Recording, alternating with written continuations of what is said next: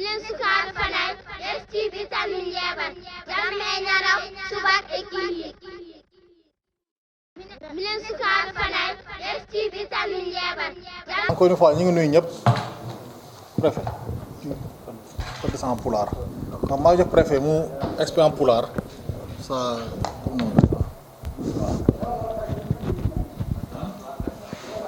est-ce que ñëpp dégg nañ. assalamu alaikum bandiraɓe eyyi joni onon foof min salmini on e nder inde sous préfet arrondissement Thily Boubacar min komi adjoint makko Pape Oumar Sall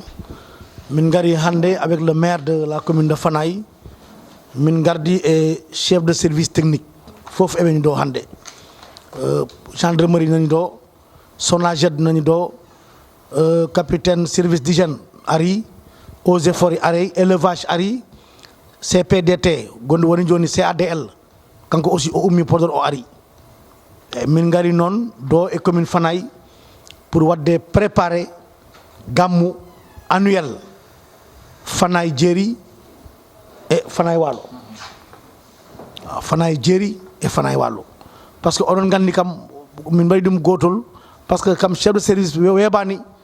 yaadugol artugol surtout kamɓe fof ke Podor ɓe gummi ko ɗum tahi ɓe jaɓani préfet ɓe gari hande on gandi noon CLD waɗa préparé gammu CLD waɗa préparé gammu kono ɗum fof aussi waɗama e ndaw instruction préfet département Podor joni somin paari mamin tottu maire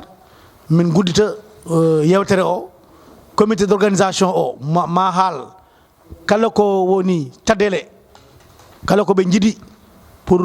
organisation gammu o feewa e nder ɗum service technique yi jooɗima ɗo goto e mum fof ma ƴettu konngol pour jaabade ƴetta numéro téléphone président contact organisation e jaren e ɗum ha gammu o ara inchallah pour gammu o won gawɗo gammu moƴƴo gammu waɗuɗo nofore taw haydara watta hen so wona Allah e nelaɗo mum ma on jarama mi totto kondol monsieur le maire de la commune. bandiraɓe Allah jarama on jarama ko weltanade mon tan he ndiɗo juɓɓudi nde ganduɗa eɗen kewi ɗum joɗade oɗo sakala eɗen mbaɗ ɗum ɗo e nder Fanaye mbaɗen ɗum ɗon noon ko ha yuɓɓiɗen gammu dayir ɗo e Fanaye e subako min ummi ko jeeyirbu kañummen en waɗa gammu le 18 min mbaɗni ɗumen ko wayni garen ɗo e Fanaye eɗen mbaɗa oɗo kadi heblo pour pewniɗen en gammu haydara wasa men hen bettude e nani no sous préfet Sall haaldi ni e Fanaye Waalo nen waɗa gammu hade le 19 on kadi en heblo mum yaadine hen bon jimɗen ɗo noon koye deftere gammu dayir Fanaye comité d'organisation ko kañum jooɗoto mbaɗen hello par hello gueɗal e gueɗal fof kaalen caɗele mum kamɓe chef service aji gonɗi ɗo fof eɓe gari ko te ko kamɓe jogui gueɗe ɗe wondude e sous préfet e mairie o son kaali gueɗe hen gueɗal fof kadi mbaɗen discuté e en mbaɗino rawani enen dañino won caɗele haɗani en feewi mais hikka kadi kala saɗede dañɗen rawani hikka jitten ko sen mbaɗi yeɗe yo ustu sen mbaɗi yo ɓuuri yuɓɓude no wano ni rawani ɗum noon o haali arɓeɓe ɗo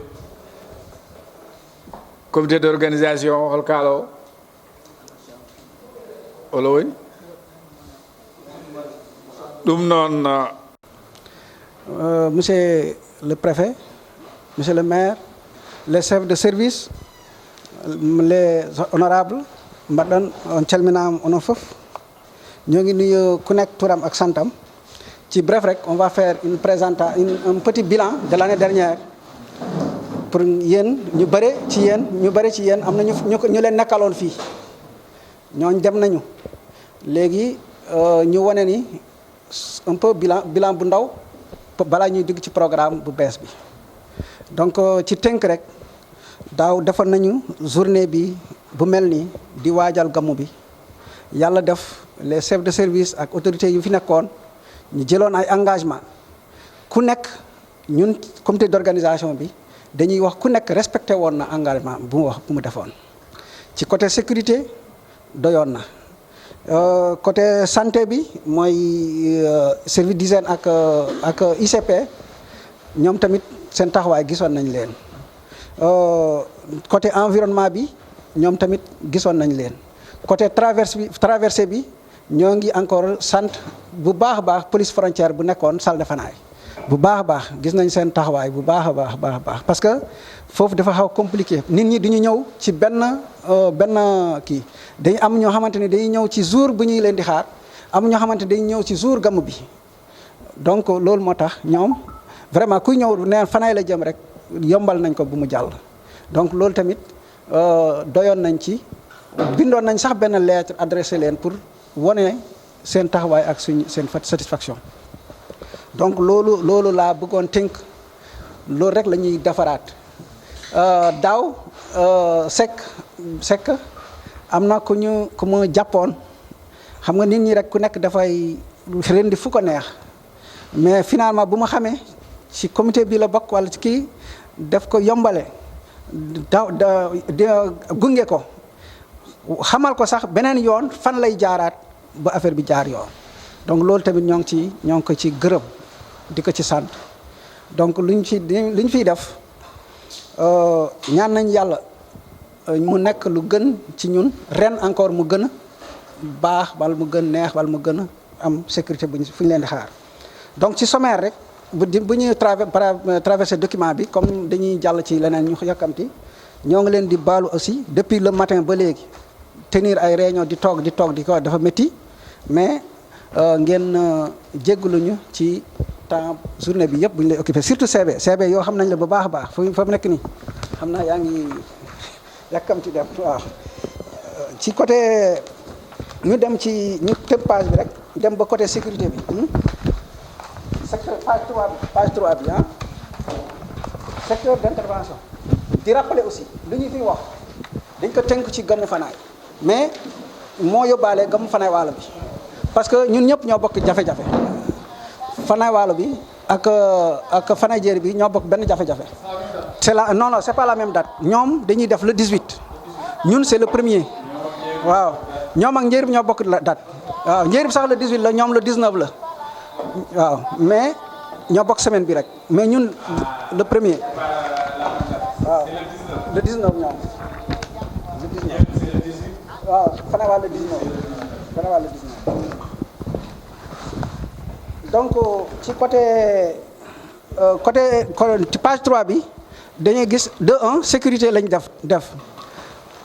présence des forces de l'ordre aux endroits suivants dañuy wax ci jour bu le premier buy gan yi di ñëw sur l'axe du goudron pour l'accueil des pèlerins dañuy soxla xam nga oto yi sareet yi ku nekk nu mu koy sentir noonu lay préparer noonu lay ganale donc sécurité bi ak chauffeur yi ñoom dañuy dimbale pour sécurité temps depuis 10 ans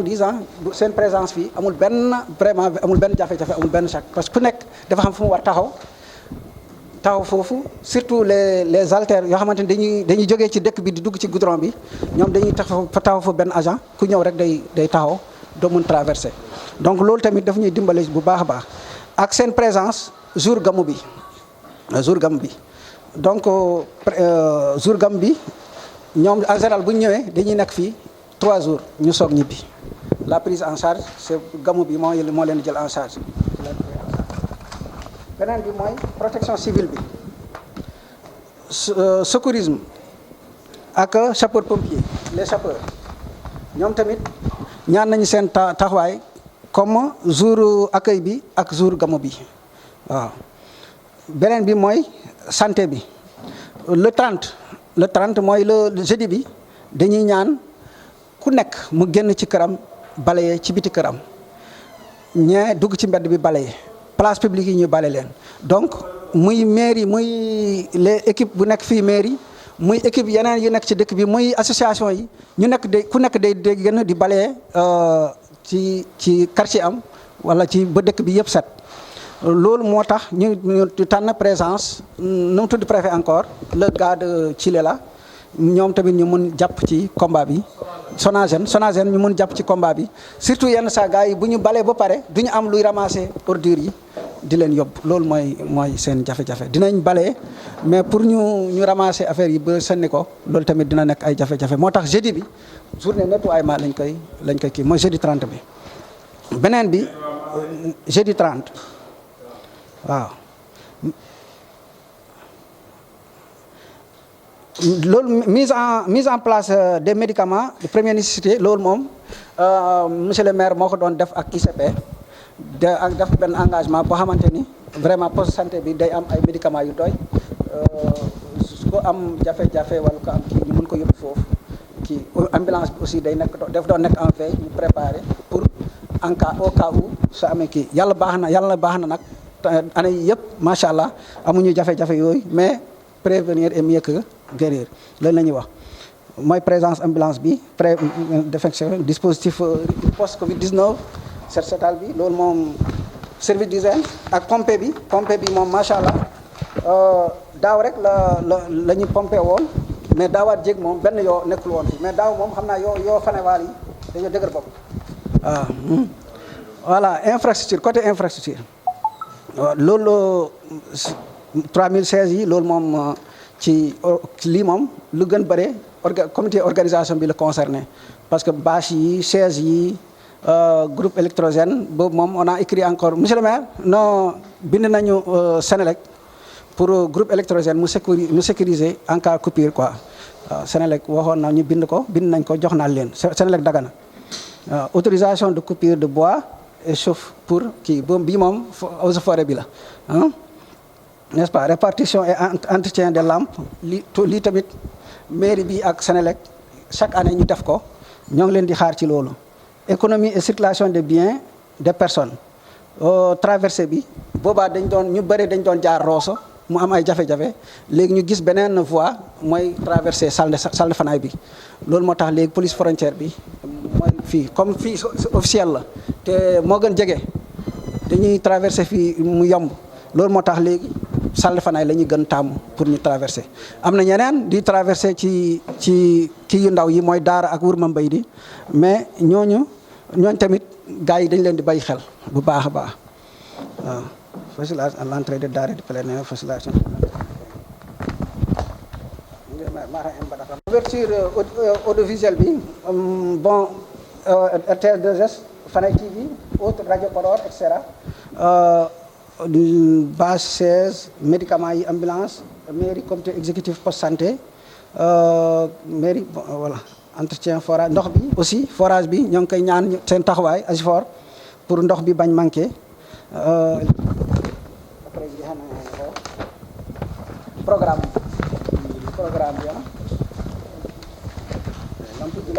bi mairie programme bi nii la tëddee bay nañu le 30/4/2025 ci journée bi yëpp set setal la waaw le 1er/5/2025 accueil des différentes délégations des cellules Dakar Nouakchott et cetera à partir de 16h accueil bi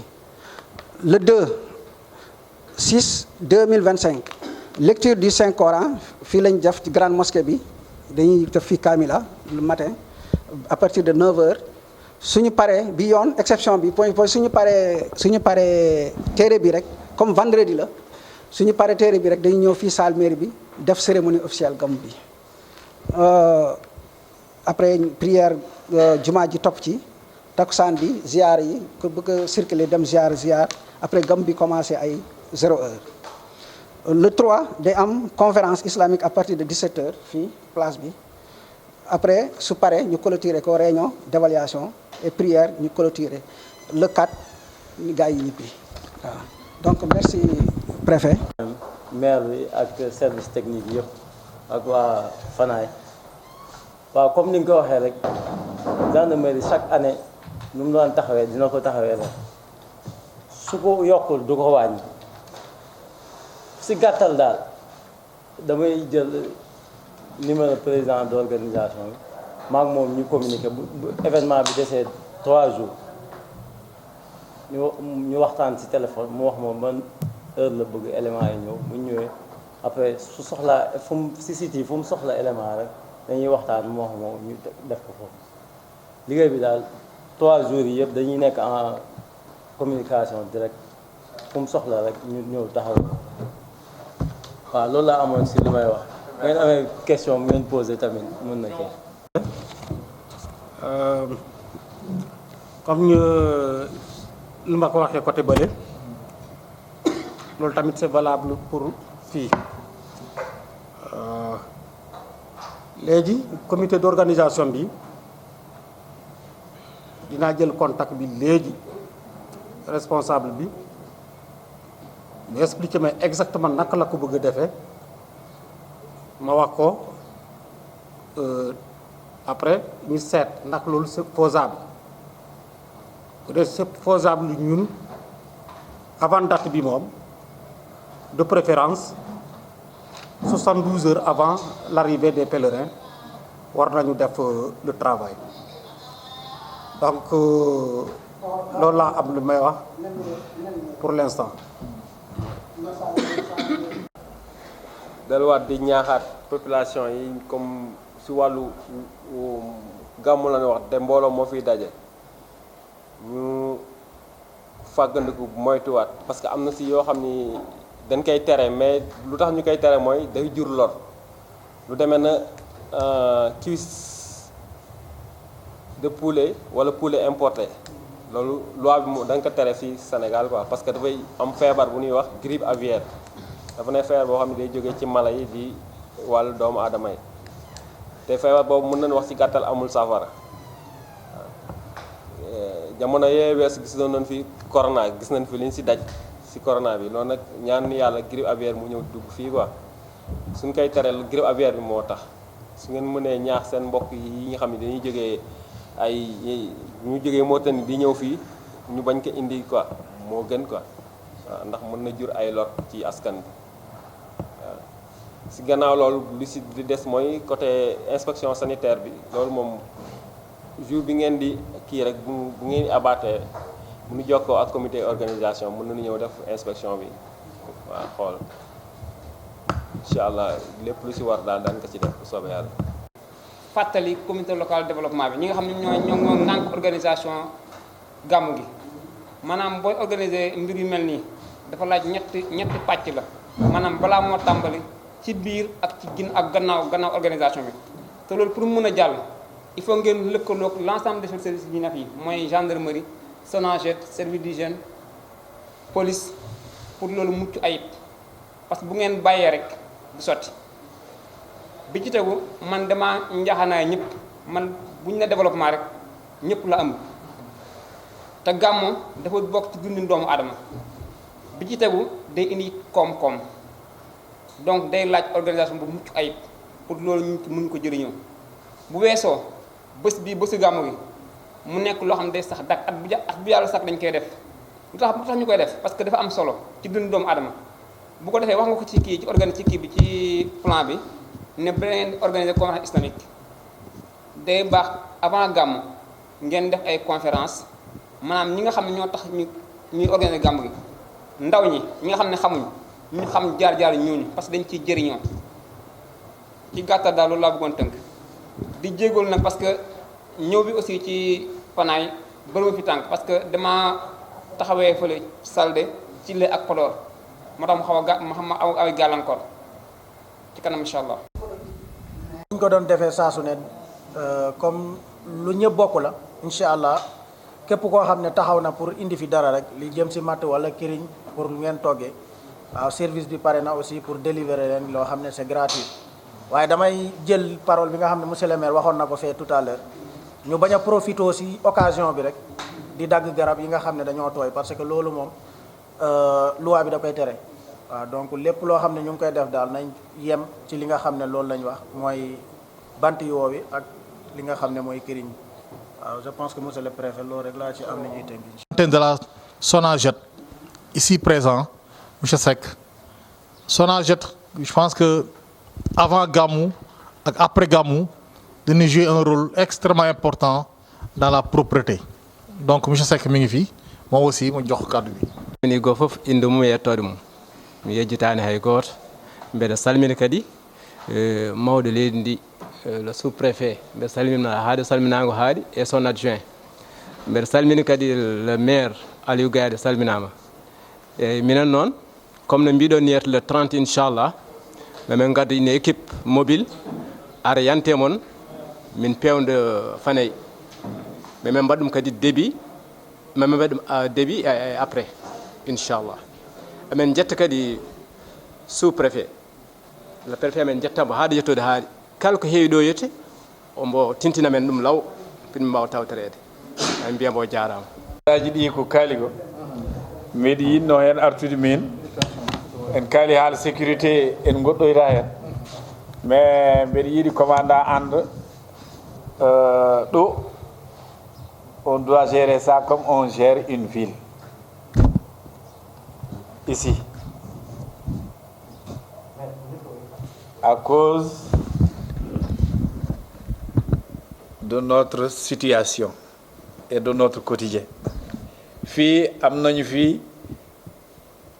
ay route yoo xam ni ci biir dëkk bi xam ne nit ñemewu fa dem bëccëg sax waxuma guddi de ñeme woo fa jaar bëccëg xam nga dëkk bu demee bu am loolu 3 jours avant baaxul il faut ngeen tiital ñu avant affaire bi une semaine avant affaire bi il faut ñu xam ne am na luy waaj xew parce que ñun ñii dañuy dëgër bopp fii maintenant les zones sensibles kooku vous allez traiter ça avec le président de la commission on va donner les zones mais ay couloirs yeeg pont Fanayi Walo bi ñi fay nekk laqatuwuñu parce que c'est le jour xam nga kuy agir le jour moom laqatuwul dara mais am na yeneen sax yuy laqatu mais ñooñu on va y revenir mais fii moom il faut ñun ñu tiital ñu bu baax. Bon, concernant service d'hygiène aussi, c'est la même chose. Bon, pour nous def expression besoin, j'ai oublié que les factures, on les met au nom de la commune. Même pour faire qu'il y ait comité d'organisation, parce que c'est plus facile à régler après.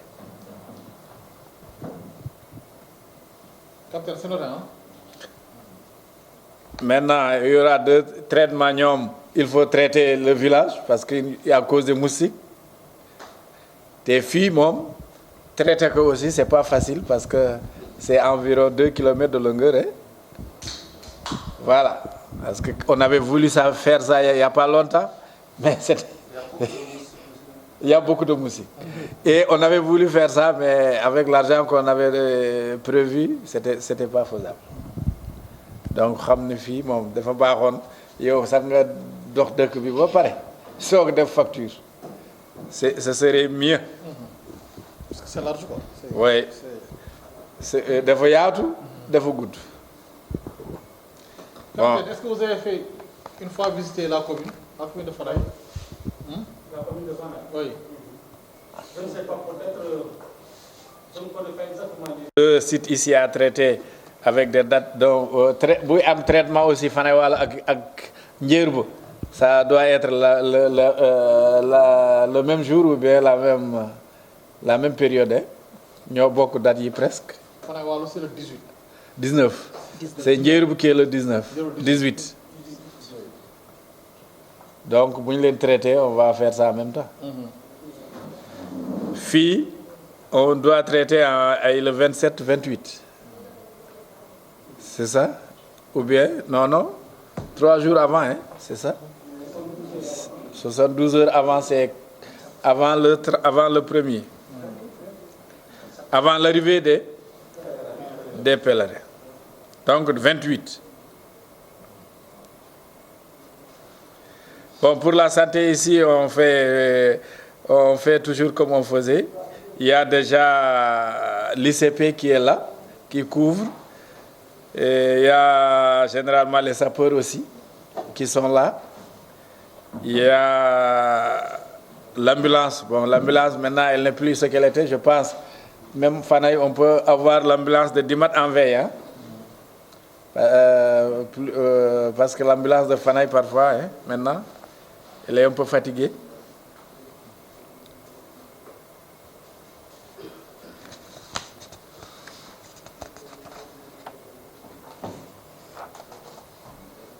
Bon,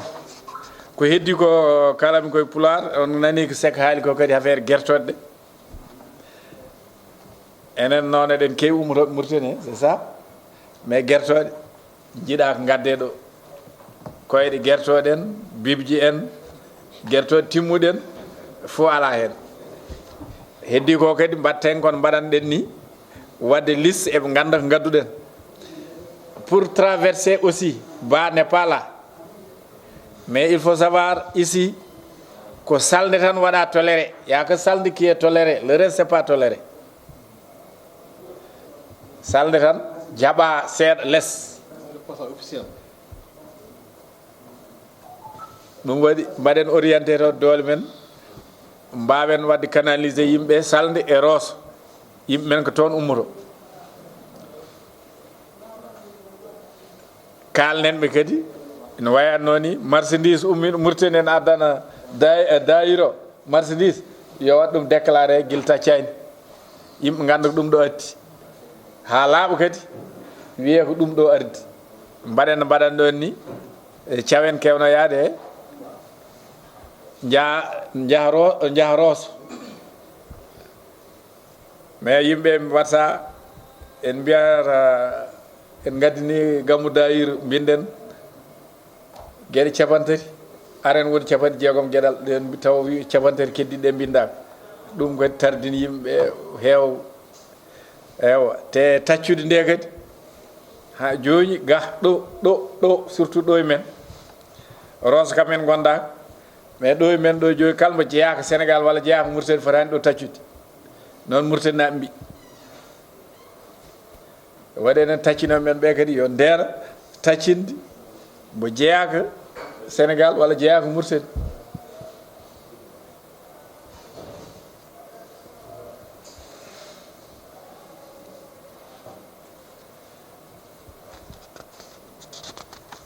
ko heddi ko kadi mbatten kono mbaɗanɗen ni inchallah kala hen ko mairie o foti wadde min mbaddu min dardo hen ha gueɗal ngal yetto santé ambulance men ambulance on tammi donc il faut que ambulance dimato dilline guila hasimi eɗen mbannaɓe kamɓe kañƴi ɗi foof gasoil mairie o on va donner du carburant au moins pour les ambulances ko wawi wonde foof e leɗɗe bon probléme o kadi courant ɗe balɗe ne heewi coupate c'est ça ɗum noon groupe no wadde ɗum prévoir comme no Amadou Thiam haali ko en moƴƴi ndiyam kadi ko probléme mais je pense que ici une citerne est nécessaire parce que l'eau n'est pas la fourniture est irrégulière non ici à Faradjeri il y a des quartiers qui n'ont pas d'eau presque toute la journée. Il y a plusieurs problèmes conjugués. Le forage est trop petit pour la population. D'abord, et il y a un peu de défection dedans. Mais le forage a tout nous le découvert. On a forcé parce que c'est un puits, c'est un puits forage qui est là. Avec un château d'eau qui ne garde pas beaucoup, qui ne garde pas, il faut que la machine s'allume 24 heures sur 24. Même ça, nit yi amuñ ndox. Donc fii moom citerne ci gàmmu gi baax na ci. Est-ce qu'il y a une potence ici? Est-ce qu'il y a... Oui. Potence hol yogan den. Cangay wala dimat.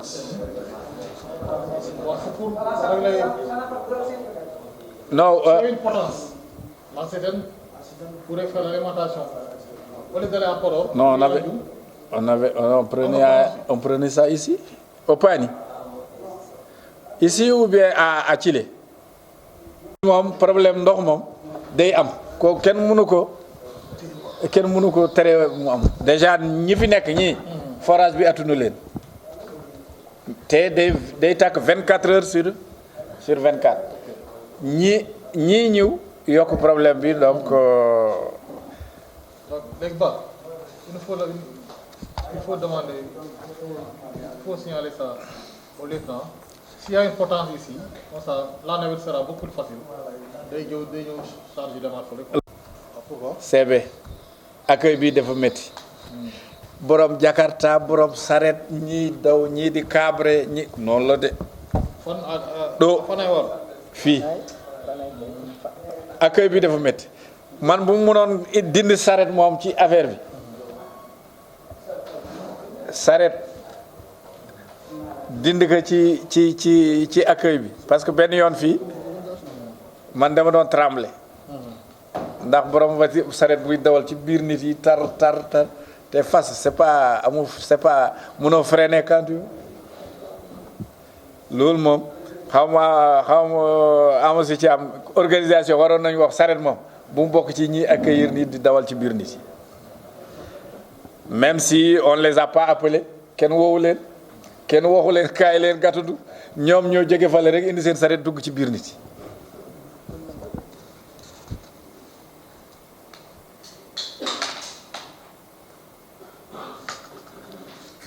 maintenant le set setal ici c'est le 30 Ndiéyrouba c'est le 15 il faut trouver une date pour faire wala monsieur Seck maintenant le 16 est-ce qu'ils peuvent faire 2 jours de suite de sortir 2 jours mais le même jour une équipe par Ndiéyrouba il y a beaucoup de choses à faire Ndiéyrouba dafa am mbalit bu bare ko ça bon on peut aussi essayer de masquer ñu dem ci les zones ak kii visibles yi quoi surtout yi dem ci école yi dem ci cimetière yi wala yeneen jàkk ci sotti foofu seen mbalit wala ci bord tali bi c'est ça qu'on voit hein léegi nag wala ñu dindi yooyu ñu bay yeneen tout ce qui est visible ñu dindi ko sànni maintenant c'était bien aussi ASC ji Ngalado mais ASC ji pelle leeɗe ɗe et je pense que ici même set setalo fonno wonde ko par leegal so wawino wonde kaldon e président leegal fof yalta minen min jaltide komin jogui ko minen jogui ratoji min gaddan ɗumen kamɓe eɓe jogui enen fof kawren mbadden mais sen mbi enen fof yo kawr place goto ala ɗo fewata il faut organiser par quartier le set-setal là ici on peut pas faire ça set-setal il faut set-setal par quartier il y en a 8 je pense chaque quartier a un président ici donc on va chez le président comité d'organisation et la mairie on lui dit tel jour enen fof kawran jalten pitten on va balayer tel jour et eux ils coordonnent les activités des différents quartiers parce que si on balaye ici seulement c'est comme si on n'avait rien fait ɗum noon min ɓe sikki ko ɗum ɗo joguinomi he ko haalako. D'accord. Merci monsieur le maire. Voilà monsieur Thiam. Par les chefs de service et que le suivi qu'ici Inch'Allah sera assuré par le comité d'organisation en coordination avec le sous-préfet et mon collaborateur plus proche, M. Sall. Léegi, que ça soit le CB, que le capitaine, ñi leen di woo à Podor pour des besoins liés à leur service. Depuis ce matin, ils sont sur le terrain avec nous. Léegi dama bëggoon jox la parole à 2 membres du comité après on donne à monsieur le maire mu clôturer, on lève la séance, hein. Voilà. jaram e dendagal ko wonno ko faandare men fof way kono ko en keeɓi ɗum sabu noddirden ɗo CLD o ko haade neɗɗo fof wawa ƴettude hen gueɗal mum wadde dendagal service aji garɗi eɗen jettaɓe eɗen jarnaɓe eɗen jarno sous-préfet e darde mum e tinnare mum noddude no wiyete forɓe tawtorede foof eɗen jarna kadi maire o Allah jarama ɓe jarama e ko no ɓe mbaɗiranno ni kadi dendagal ko CLD o fuɗɗi ko waɗede ɗo service aji ƴettannoɗe hen engagement e wadde kala hen goto menno ƴettude waɗi ko ƴettuno ko ɗum ɗon noon ko yettude Allah ha no fewi ɗum kadi ene walli yimɓe ha no fewi ko kalɗa ko to banggue sécurité o soɓe gaari tan soɓe darima ɓe teewi tan gueɗe kewɗe ene cuuro wasde wadde sababu sarteje kalɗa ɗe e jakarta ji ɗi mbayanno ni foof so tawi gendarmerie darima gueɗe kewɗe eɓe jaltina ɗum e nder circulation o ala an kadi tardinta hay goto kadi no mbaɗirta ni eɓe gardo no wiite délégation aroɓe ɓe kamɓe gendarmerie kamɓe gardoto kala ko wawi wiide ene naata e nder no wiite jaɓɓo ngo ko jeeya kay ko yaadi hen kamɓe jaltinta ɗum ɗum ɗo noon ko tinnare mabɓe darde mabɓe dendagal service aji ɗi foof ene jetti ene jarne ɗum ɗo no yaltoro ken tawede e wadde kadi ha mbaɗen no mbirunoɗen on jarama. Assalamu aleykum wa rahmatullahi wa barakatuh. Mi arta e ko monsieur le président Oustaz Ahmadou Bachir ko haali ko fof ko noon ɗum ko artata hen ɗum kam ko noon gueɗe bisma ngo hay fof ko noon ala différence. Mi tello seeɗa e détail kaala ɗo guila santé o hay hygiène o hay sécurité o aussi eaux et forêt o haali haala ne moƴƴi acca hakkille ko ɗum yo waɗe haaju o noon ummito koye e men enen walleteɓe enen kokkataɓe force et fort e volonté ha mbawa wadde ko mbaɗi ko ha timma mo kala noon e fonno mi heedi o totte ha timmo totte ko waɗi timmuɗi datoji timmuɗi fodere timmude so teewi yimɓe jalta mbaddeme ko ha timma taw ala nina on saaha min parno hen mais aussi kamɓe kadi maɓe keeɓ hen mana fayida moɓe cukalno o golle ɗe mbawa ɓendude mbawa yaade yeeso ɗum tan waɗa ko datuji labɗe ceer ande santé ko ñande ko niwata ewa hygiène o ko niyarata aussi forêt o darde mum haale ha faame yewte e nokkuji ɗe ha faame ko fa ko arde ndenka ka aussi jammo e ñalam won beddaji wala won liyoji wayno sen mbiɗi sen tuy mbaɗi feeno commissaire pomfana wala won certain beddaji ɗo ɗum kadi haala ha laaɓa ceer yimɓe pinne hen sukaɓe pinne hen on saaha ɓe kolle koɓe poti ko hollede heedi ko golle mabɓe on tan mbaɗi tarkise seeɗa ha ɓuri famade heedi ko oɗon bisma noon e foof noon datoji ɗi kodi certuɗi ɗum yoɓa laaɓan yimɓe an hande ko ni hande ko fana jeeri dewata comme genre comme jiiriɓe fana wala jiiri dat ɗum koye fawi so ndenni dato ene wawi wonde soɓe ceeri dato ene wawi wonde ɗum ko kamɗo ko darmaɓe seeɗa Mahamad mbaɗa Amadou Bachir onon jiɗmi haaldude seeɗa. Vous avez vu l'engagement que tous les services ont pris pour la bonne réussite. Je veux que le comité d'organisation ait un engagement. Par exemple, keɓe kuli ko sarteje ɗe e monsieur le maire wi ko taccar ko mo murtani ndaaro une personne s'il le faut mbiyon an kal gaddo hol addu parce que en addu probléme ƴetton on engagement onon engagement mo ƴetto e mballa mon on ƴetton engagement s'il le faut même juma mbiyon waji ɓe sarteje ko kaɗa kala mo gaɗɗu saret ma gendarme tellin ɗum wallirta. L'autre suggestion, je m'adresse au service médical. Pourquoi pas à Sicham, don de sang, pourquoi elle n'est l'État, l'État doit représenter. Comme il faut un badan men, pourquoi on ne propose pas don de sang? Quand chez l'autre, on va basir jouer. Est-ce que l'État est à Australie? Et il est bien sûr. C'est juste ça. Votre calendrier pour le déroulement du Gamou, si vous décidez par exemple 2 jours avant d'organiser un don de sang, là, on va informer les médecins chefs de district qui va informer l'ICP qui va vous accompagner. Nous sommes preneurs, mais là, ça doit émaner de vous. Voilà, donc c'est juste pour vous rassurer que, Inch'Allah, le plan xamni état war nako def pour accompagner, parce que ñepp gis ngeen l'importance que son excellence monsieur le président de la République Bassirou Diomaye Faye accorde aux foyers religieux. Daf leen jox une importance mat sëkk leen jox. D'ailleurs instruction yoy mo wacc ba ci souf ba képp ku xewlé état na la accompagner. Donc rassurez-vous, lepp lo xamni ces services là dinañ ko def war nañ ko def ci gamu gi dinañ ko def. Te bu déssé 3 jours aussi dinañ wote réunion d'évaluation xol engagement yi jëlone yépp xol fan le niveau d'exécution bi tollu. Voilà, donc vraiment ñi ngi sant ñëpp, surtout les services techniques, les FDS ñi leen sant bu baax parce que toute la journée ont été consacrés par ces événements là,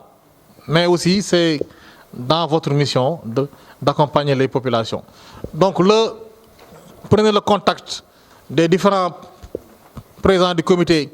d'organisation, vous serez directement, étroitement liés au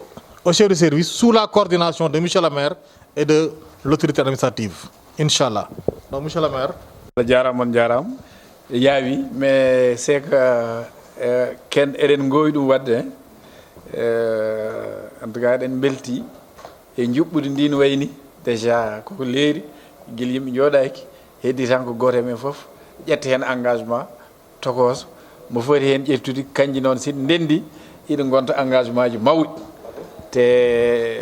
En tout cas, professionnalisme, comité d'organisation, professionnalisme d'Aïro, et Jerry, vraiment Yetuti, et Jerry Sembint, Inch'Allah, kala ko mbawden heken mbawa fof men baddum hen hagere ngal yarana yarini jidmi artu tan problème sécurité o kam do odon gandi kam no mbaden ko enen ballat yimbe do kam sen ballani yaata problème sécuritaire o enen ballata en pira hay got en bonnanta hay got en kalta hay got mais kala bado ko wona lawol sen ji kalen gillam wone non bi tan se haali kaari werka soufli bium kono waabina men kam cialaaki dum do soufli bingel hay goto min cialaaki la haali men dami kala dum non tinden hen parce que en feewite don heewi yimbe hawrobe population kawro don heewi dum wadi enen organisation no mbaran den ni walla ɓuri no mbaɗanɗen ni ha gueɗal ngal yuɓɓute inchallah ma way noon en tout cas mi weltanima moon tinnoɗen min kulmi tan ko carika yimɓe sukaɓe wonɓe caggal ɓe sukaɓe men comportement ji ɗin tan kulmi heddi ko fof mi huula hen mbeɗa andi eɗen gowi ɗum wadde mbeɗa andi no mbaɗen mbeɗa andi engagement men ɗum noon Allah jarama on jarama yimɓe men wonɓe Mauritanie kadi listuji mbaɗatɗi yo mbaɗatɗi law aroɓe gande keɓe mbaɗata ko marchandise eɓe taccinto kadi tawde en jahatto e douane eɗen mbaɗa yo woppu ɗum ɗo yo woppu ɗum ɗo marchandise o yo fay e gammo marchandise o yo fay e gammo te yo ande kadi guila arani yo ande guila arani foftina taccoɓe ɓuuri yimɓe tacca guila 8 heures walla guila 9 heures gonɗon ha 1 heure 2 heures en donki yawtude sababude kaari addi hen ko alani hen donc enen mbaɗanta ɗum koye men pewden ha feewa oɗo ko gammu mawɗo woni ɗo to e fane wala kadi il faut eɓe ƴeew organisation juɓɓudi mais pour taccude e ɗa hedde ɗon wona officiel kala mo jiiɗen mbiten ɗum officiellement seɗen jooɗi e nder yimɓe ɗe kaal mbiɗen ko yo taccoye salde walla rooso ko ɗum woni haaju tiɗɗo ɗum woni kadi ko foti ko ko fotaani ko kam hay ko haalata neɗɗo noon woni heen ndewra ko volontaire ɓe ndewdama ɗum kam en mbawa ɗum salade kono ko ɗum woni ko laawol ngol wi ko tawde kamɓe fof eɓe ngari hay police gonɗo ɗo e salde koye kayamen wonduno o dañi haaju tan o yi ɗum waɗi kamɓe fof ɓe ngari pour hollude yidde wallude men ɗum noon enen kadi ɗatinen gueɗal ngal Allah jarama on jarama min beltima en tout cas commune o ma wat ko so dañi ko ɓuuri ko waɗatno ko walla ko ɓuuri ko dartono ko saabu darot tan ɓuuri ko hen hewde mais minen jiiɗi darade ko ɓuuri ɗum yo Allah newnan en mbaɗon duwaw kadi mbannon sous préfet ɓeɗo duwaw yallo ɓeydi woni o mbanneɓe duwaw kamɓe service aji ganɗi foof tawde ɗo ko galle Allah a nani de seebe ɗo wiyete ko fana e galle Allah a nani de galle Allah mooy kër yàlla xam nga yeneen ci Sénégal yàlla néeg la am mais fii kër la fi am merci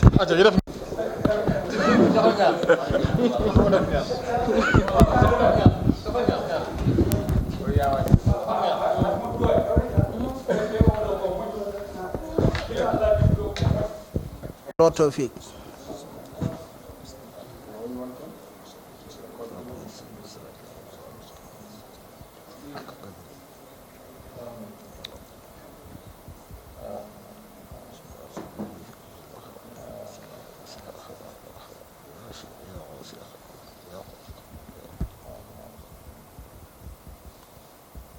صلاة الفاتح